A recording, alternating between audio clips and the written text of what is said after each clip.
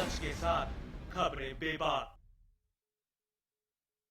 हरियाणा की बोली से भी ज्यादा खास है हरियाणा का स्वाद।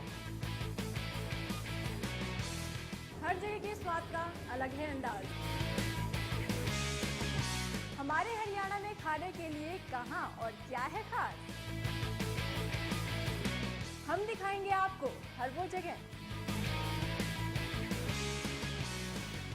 जहां मिलेगा आपको स्वाद का मजा। देखिए स्वाद हरियाणा का सिर्फ हरियाणा न्यूज पर।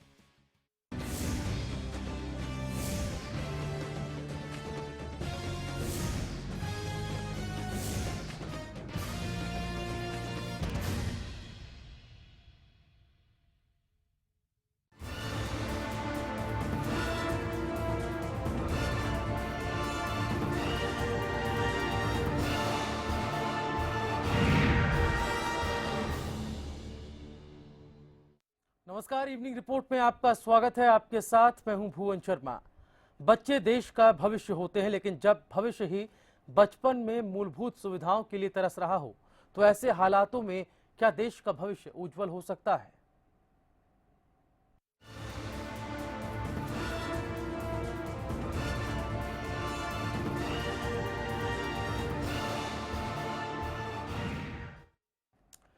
तो मंडी डबवाली के वार्ड नंबर 15 में प्राइमरी स्कूल भगवान भरोसे चल रहा है। स्कूल में करीब 90 बच्चे पढ़ते हैं, लेकिन बावजूद इसके स्कूल में ना तो बिजली की व्यवस्था है और ना ही पानी की।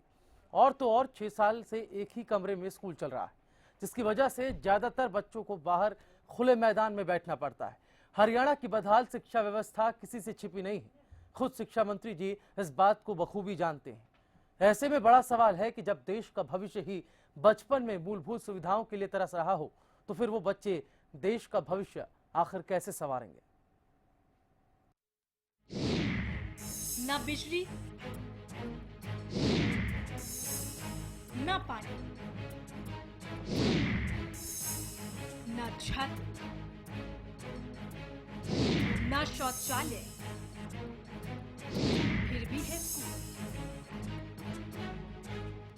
हरियाणा में सत्ता भले ही बदल गई हो, लेकिन बदहाल व्यवस्था बदलती नजर नहीं आती, खासकर शिक्षा के क्षेत्र में।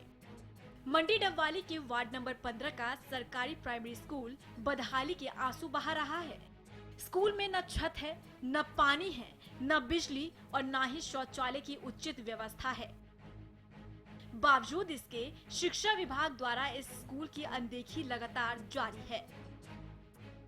बिजली के लिए हमारे पास कोई नहीं है, पंखे वगैरह गवर्नमेंट की तरफ से हमारे पास आए हुए हैं, लेकिन उनका क्या हो सकता है अगर फिटिंग कनेक्शन ही नहीं है। खाना है जो पहले जो धर्मशाला वाली बिल्डिंग थी, हमारा मिड डे मील का खाना उधर ही बनता है, उधर ही तैयार होकर इधर लेके आती हैं कुक।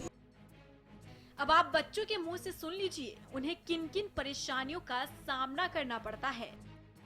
एक कमरा है, स्कूल में ठंडा पानी नहीं है, मैडम में बहुत मेहनत कराती है, हम पढ़ाई में ध्यान देते हैं, फिर बाहर से शोर आता है, हमारी पढ़ाई प्रभावित होती है और बिजली नहीं है, हम बाहर बैठते हैं छाया में पेड़ के नीचे। ये प्राइमरी स्कूल इम्प्रूवमेंट ट्रस्ट की जमीन पर चल रहा है और करीब पिछले 6 सालों से एक ही कमरे में करीब 90 बच्चे शिक्षा हासिल कर रहे हैं और ज्यादातर बच्चों को बाहर यानी खुले आसमान के नीचे कड़ी धूप में जमीन पर बैठकर शिक्षा हासिल करनी पड़ती है। बावजूद इसके इन बच्चों के भविष्य पर ध्यान देने वाला कोई नहीं है। खुद एसडीएम साहब इस व्यवस्था के आगे बेबस नजर आ रहे हैं। तो हम इम्प्रूवमेंट ट्रस्ट के ही अधिकारियों की ड्यूटी लगाई है कि वो कोई जगह देख कर उनको जो है ना शिफ्ट कराएं। सर वहाँ पे बिजली भी नहीं है और पानी भी नहीं है, ऐसे में बच्चे इसकी भी व्यवस्था, जब तक बिल्डिंग ही नहीं है तो बिजली पानी की व्यवस्था कहाँ होगी? बिल्डिंग होने के बाद पानी और बिजली की व्यवस्था भी करा दी जाएगी। वहीं बच्चों के अभिभावक भी अपने बच्चों को बीमारी के डर से स्कूल नहीं भेजना चाहते। ऐसे तो सरकार बहुत बड़ी बड़ी बातें करती है भी गरीबों के बच्चों के लिए ये करें वो करें, पर हमारे जो गरीबों के बच्चे हैं वो पेड़ के नीचे पढ़ने को मजबूर है, धूप में बैठते हैं और यहाँ पर ना पानी का प्रबंध है ना बिजली का प्रबंध है, धूप में बैठ के बच्चे बीमार हो जाते हैं। तो मैं सरकार से यही प्रार्थना करती हूँ कि बच्चों को कहीं ना कहीं बैठने का पढ़ने का कोई अच्छा प्रबंध कराया जाए।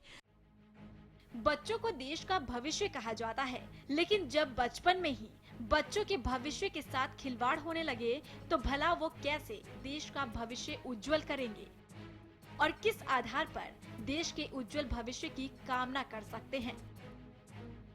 हरियाणा न्यूज के लिए मंडी डबवाली से गुरविंदर के साथ ब्यूरो रिपोर्ट।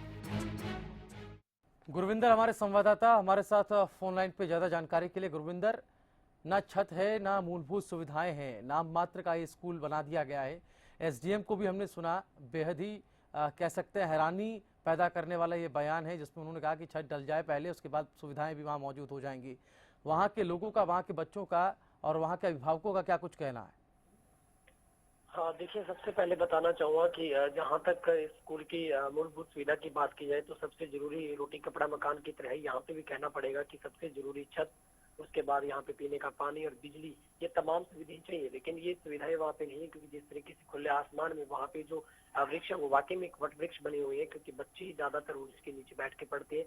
तो ऐसे में अभिभावकों का जो गुस्सा है वो जाहिर है, वो गुस्सा अब कहाँ तक चलेगा, क्योंकि ये एक इस तरह की व्यवस्था जो बदसूर बन चुकी है, जो कि एक दिन में सॉल्व हो सकती है। इसके लिए सबसे बड़ा, अगर प्रशासन चाहे तो इसके लिए कर सकता है कि वहां से बच्चों के लिए एक रोडवेज विभाग की जो बसें, अक्सर बहुत सारी ऐसी बसें हैं जो फ्री में बस स्टैंड में रहती है खड़ी, अगर उन बसों में से एक बस की ड्यूटी लगाई जाए कि वहाँ के बच्चों को इकट्ठा करके स्कूल, जो दूसरे बड़े स्कूल उन तक उन बच्चों को पहुंचाया जाता है, तो ये समस्या अपने आप खत्म हो सकती है।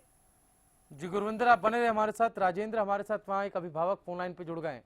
राजेंद्र जी, आपसे जानना चाहता हूँ, क्या कोई शिकायत इस बाबत दर्ज कराई गई है क्या अभिभावकों की तरफ से?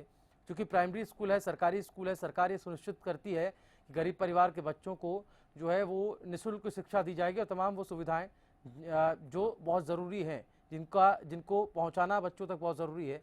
लेकिन यहाँ तो ना छत है ना मूलभूत सुविधाएं, पीने तक के पानी के लिए बच्चों को घर से पानी लेके आना पड़ता है। हाँ जी, घर से पानी लेके आना पड़ता है। उनके बोतलें भरने के लिए बोतल भर के लेके आते हैं। कोई बच्चों फिर लड़ाई होती है ना, वो वहाँ पक्के हैं, किसी चीज का बंदोबस्त नहीं है। हमने फिर सर जी 1 तारीख को हमने बच्चों को फर्स्ट आए थे बच्चों को सम्मानित करने के लिए गए थे जी। जब जाके उनकी समस्या देखी तो बहुत हमें एक रोड़ा आया जी कि हमारे गरीब बच्चों के लिए किसी का ध्यान नहीं है। वहाँ आसपास कोठियां जी, किसी ने आज 4-5 साल आवाज नहीं उठाई किसी ने भी। फिर हमने शासन प्रशासन की आवाज उठाई जी। उनको एसडीएम साहब को हमने एक मांग पत्र दिया कि भाई ये बच्चों का स्कूल है, छोटे बच्चों का जी, इनको वहाँ के ट्रस्ट की बिल्डिंग पड़ी है, काफी सालों से बंद पड़ी है। मैं क्या वो जब तक कोई इसका कोई सुविधा नहीं हो जाता, जब तक बच्चों को तुम कुछ समय के लिए हमें वो बिल्डिंग दे दी जाए ताकि बच्चे अपना पढ़ाई अच्छे ढंग से कर सकें। तो शासन प्रशासन ने अभी तक कोई किसी बात पे उस पर गौर नहीं किया जी सर जी। ये आवाज आप लोगों ने कब उठाई? क्योंकि एसडीएम से लेकर हेडमास्टर तक सबके पास ये बातें पहुंच चुकी हैं, शिकायतें पहुंच चुकी हैं, और वो चूंकि इलाके का निरीक्षण करते रहते हैं तो उनके नजरों में, उनके संज्ञान में भी मामला है। आखिर कार्रवाई क्यों नहीं की जा रही है? उदासीनता क्या है? एसडीएम से आप लोग मिले, उनका क्या कुछ कहना? सर जी, ऐसे कार्रवाई उनके वहां से नजदीक पत्रकार बैठे हैं, वो उनको एक गरीब बच्चों को गंदगी समझते हैं। ठीक है, वो चाहते नहीं इस चीज कोई भी, उनको कोई सुविधा। हमने वहाँ कनेक्शन लगवाने की कोशिश करी पानी की, पर उन लोगों ने वहाँ पानी के कनेक्शन लगाने को भगा दिया जी, लगाने नहीं दिया जी। और अब शासन प्रशासन हमें यही उम्मीद है कि भी वो हमारे इन गरीब बच्चों की जल्दी से जल्दी कोई मांग पूरी करें, इनको बिल्डिंग दे, वो जो ट्रस्ट की बिल्डिंग पड़ी है, नहीं तो इसके लिए पूरा हम संघर्ष करेंगे जी। चलिए राजेंद्र, आप हमारे साथ बने रहिए। हमारे साथ वहाँ के बीईओ सतकुमार जी फोन लाइन पे हैं। सतकुमार जी, आवाज आ रही है आपको मेरी? हाँ जी। सतकुमार जी, जो प्राइमरी स्कूल है मंडी डबवाली के वार्ड नंबर 15 का, जहाँ ना छत है ना मूलभूत सुविधाएं हैं, पीने तक के पानी के बंदोबस्त यहाँ पर नहीं है जी, क्या आपके संज्ञान में मामला है? हाँ, मामला तो संज्ञान में है, लेकिन इसकी बिल्डिंग की तो समस्या थी ही शुरू से, जब से ये स्कूल स्थापित हुआ है जी। मोहल्ले की डिमांड पे स्थापित किया गया, लेकिन बिल्डिंग के लिए जगह नहीं है। ये समस्या हमारे सामने है। ये जब से 1996 से लगभग स्कूल बना हुआ है, तो इसमें ये कोई प्रावधान हमें कहीं पे जगह आसपास भी कहीं देखने में कहीं मिली नहीं जहाँ से नजदीक इन बच्चों को शिफ्ट किया जा सके। लेकिन संत कुमार जी, स्कूल का मतलब क्या सिर्फ टीचर और छात्रों का हो जाना होता है क्या? स्कूल का मतलब एक बंदोबस्त बैठने के ठीक तरीके से हो, पीने के लिए पानी हो, शौचालय की सुविधा हो। क्या आपको नहीं लगता ये तमाम चीजें नहीं है तो उसको स्कूल कहा जा सकता है? वो सारी बात सही है हाँ आपकी, लेकिन यहाँ नजदीक स्कूल यहाँ के ये प्रेफर करते हैं यहाँ को अपने शिफ्ट करने के लिए भी कि 3 नंबर में शिफ्ट इसको कर दिया जाए, तो वो भी बच्चों छोटे बच्चों के लिए दूर पड़ता है। और यहाँ जहाँ तक GPS 2 ये भी रेलवे लाइन क्रॉस करनी पड़ती है जहाँ पे सुविधाएं हैं, तो यहाँ पे जगह की हमारे का दिक्कत है। और दूसरा ये जगह क्योंकि विभाग की नहीं है, इसलिए इसमें पानी का टेम्परेरी व्यवस्था तो करनी पड़ती है, वो तो करती हैं, लेकिन दिक्कत अवश्य है। इसमें बैठने की भी समस्या है, उचित व्यवस्था में बड़ी दिक्कत है इसकी, पानी की भी। लेकिन संत कुमार जी, अगर जगह तय नहीं थी, अगर जगह उपलब्ध नहीं थी तो स्कूल बनाया क्यों गया? ये सवाल भी तो पूछा जा सकता है ना। अगर स्कूल के लिए सही से इंफ्रास्ट्रक्चर के लिए पर्याप्त जगह का ही अभाव हो रहा है तो आखिर स्कूल खोला क्यों गया? देखिए, स्कूल की जरूरत तो पड़ती रहती है जैसे जैसे। हाँ, तो उसके लिए तैयारी होनी चाहिए ना पहले, ये सवाल उठा रहे हैं अभिभावक। समाज की जैसे जरूरत हो उसके हिसाब से स्कूलों की संख्या भी बड़ी है, और जहाँ पे आबादी हो स्कूल मुहैया कराना भी जरूरी है। लेकिन फिलहाल तो हमें इसका जहाँ से हमारे सामने एक यहाँ जो है इसकी बजाय थोड़ी ठीक यहाँ पे इम्प्रूवमेंट ट्रस्ट की जो ये पार्क में चल रहा है ये स्कूल इस समय, और इम्प्रूवमेंट ट्रस्ट का ही एक बिल्डिंग और साथ में है, इसकी बजाय अच्छी सुविधा, बल्कि पूरी तो हम नहीं कह सकते कि जितनी जरूरत है उसी हिसाब से हो सकती है, लेकिन वहाँ पे सुविधाएं हम कोशिश कर रहे हैं कि वहाँ पे इसको शिफ्ट कर दिया जाए। ये हम SDM साहब से परमिशन देने की हमारी कोशिश चल रही है। नहीं, इसके लिए कोशिशें की गई? क्या लिखित में शिकायत आप लोगों ने ऊपर उच्च अधिकारियों को की है? कितनी बार इस मामले से उनको अवगत कराया गया? क्या कुछ जवाब आपके पास आया है? ये सब लोग, ये सारी बातें अभिभावक जानना चाहते हैं। अगर वो विरोध करते हैं, वो अपनी शिकायत दर्ज कराते हैं, तो क्या ये शिकायत ऊपर पहुंचती है? बिल्कुल बकायदा उनके ये प्रस्ताव भी मतलब उन्होंने अक्सर मांग उठाई भी है कॉलोनी वासियों ने, और विभाग के पास भी, प्रशासन के पास भी ये कई बार मामला गया है। लेकिन समस्या तो यही है ना कि जब तक जगह उपलब्ध ना हो वहाँ पे स्कूल स्थापित कहाँ किया जाए। ना कोई किराए की जगह आसपास ऐसी है कि जहाँ पे उचित व्यवस्था हो सके और इन बच्चों को जो है अच्छी ये बैठने की जगह मिल सके। चलिए, बहुत शुक्रिया संत कुमार जी आपका हमारे साथ जुड़ने के लिए। तो खुद शिक्षा मंत्री भी ये मान चुके हैं कि सरकारी स्कूलों में शिक्षा का गुणात्मक स्तर काफ़ी कम है, काफ़ी नीचे है, लेकिन हकीकत से बार बार हम आपको रूबरू कराते हैं, शिक्षा व्यवस्था के उस स्याह पहलू से आपको रूबरू कराते हैं ताकि मालूम चल सके कि सत्ता तो बदल गई, निज़ाम तो बदल गए, लेकिन हालात अभी भी जस के तस। एक छोटा सा ब्रेक ले रहे हैं, इसी मुद्दे के साथ जल्द होंगे हाजिर।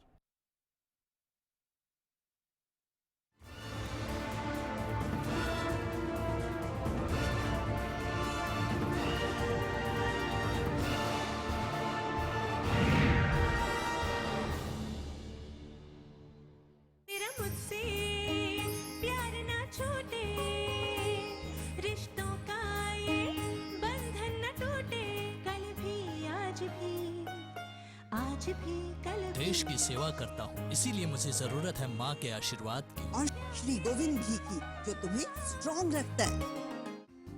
Largest campus, more than 1800 students, well-equipped workshops and labs, advanced courses, more than 30 PhD holder and experienced faculties. For more information, log on our website. Contact us for admission. Arni University, bringing ambition in life. अंधकार से प्रकाश की ओर ले जाने का नाम है ज्योतिष, ऊर्जा के स्तर को बदलने का नाम है वास्तु। कौन सा रत्न देगा जीवन में उन्नति और तरक्की? लाल किताब और वेदों के वो कौन से खास उपाय हैं जिनके माध्यम से बदला जाए आपके भाग्य के सितारों को? बताऊंगा मैं आचार्य प्रदीप, ज्योतिष, वास्तु और लाल किताब के इस खास कार्यक्रम आपके सितारे में। The wait for global education in Sirsa is finally over. MDLR Group presents MDK International School, a new landmark of world-class education in the green belt of Sirsa. The first residential cum day boarding school in Sirsa, affiliated to Cambridge University, London, brings forth a global nurturing environment under the guidance of Mr. Lawrence Frey, Director, MDK International School. MDK International School also offers fully air-conditioned campus, state-of-the-art infrastructure, well-stocked library, and a spacious cafeteria serving hygienic fresh meals. The world-class sports and well-being facilities ensures the all-round development of your child at MDK International School. Visit our campus near Tarkeshwaram Dham at Rania Road, Sirsa. For details, call 9254136642 434445 or log on to www.mdkinternationalschool.com. MDK International School, nurturing your future today.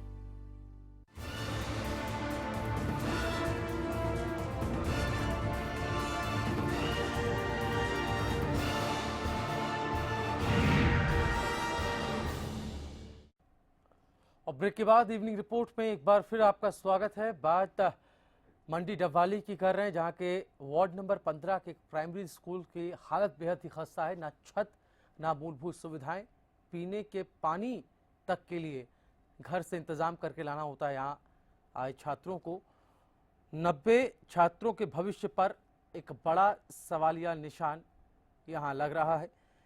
कड़ी धूप में खुले आसमान के नीचे इन्हें शिक्षा दी जा रही है।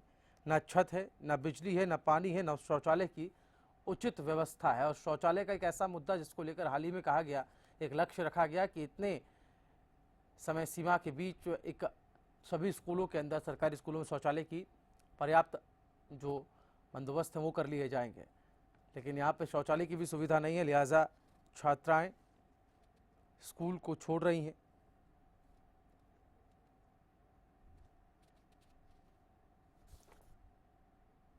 तो सरकारी स्कूलों का सूरत हाल बेहद ही खस्ता हालत में है।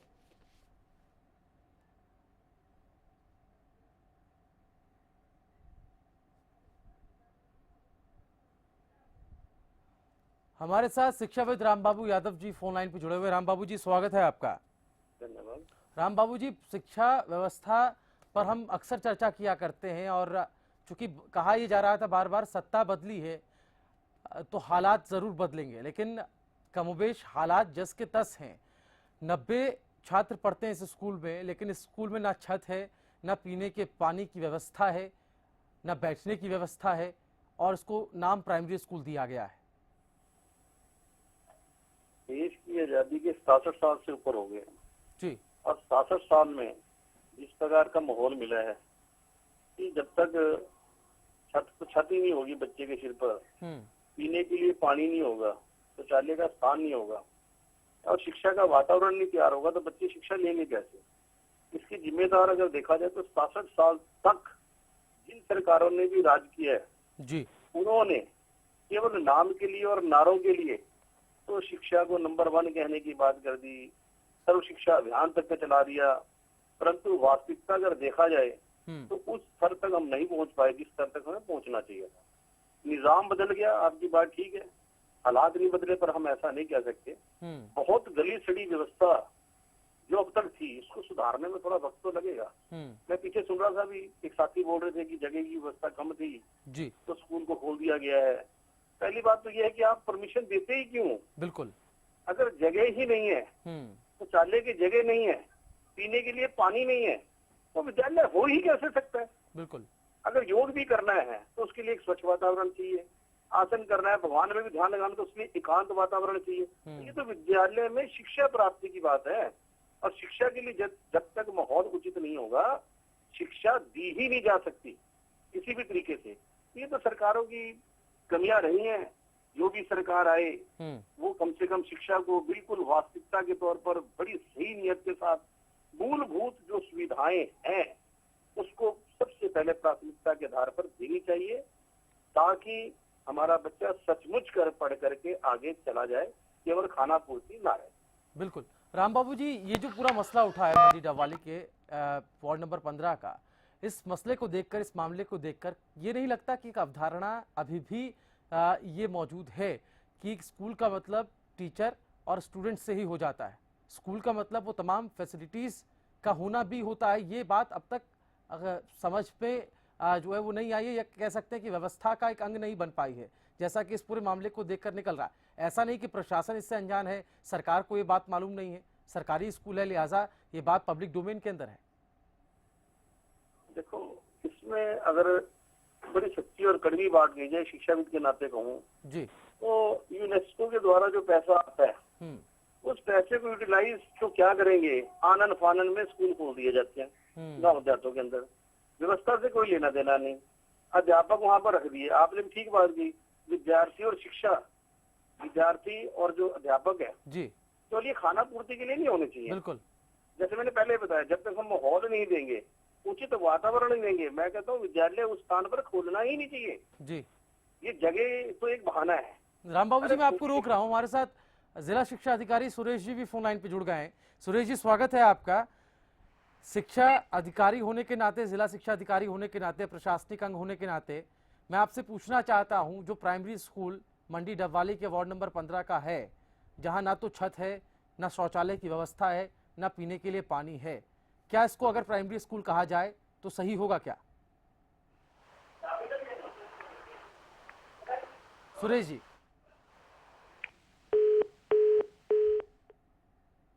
सुरेश जी सुन पा रहे हैं आप मुझे? चलिए, लगता है कि संपर्क टूट गया है, लेकिन फिर से जुड़ने की कोशिश हम करेंगे। प्रशासन से लगातार हम जुड़ने की कोशिश कर रहे हैं, क्योंकि प्रशासनिक उदासीनता, प्रशासन पर ही आरोप पड़ा जा रहा है। कहा जा रहा है कि सब कुछ देखकर भी प्रशासन अब तक चुप है, अनजान बना बैठा है, कोई कार्रवाई इस बाबत नहीं की जा रही है। रामबाबू यादव जी, हम लगातार जुड़ने की कोशिश कर रहे हैं, लेकिन संपर्क जो है वो लगातार टूट जा रहा है, बातचीत नहीं हो पा रही है। आप कुछ कह रहे थे रामबाबू जी? व्यक्ति के पास तो संपर्क भी नहीं होता जी, करे क्या? समस्या यही है इस देश की ना। हाँ, समस्या ये नहीं है कि उनको संपर्क है कि जवाब क्या दे वो। बिल्कुल। हाँ।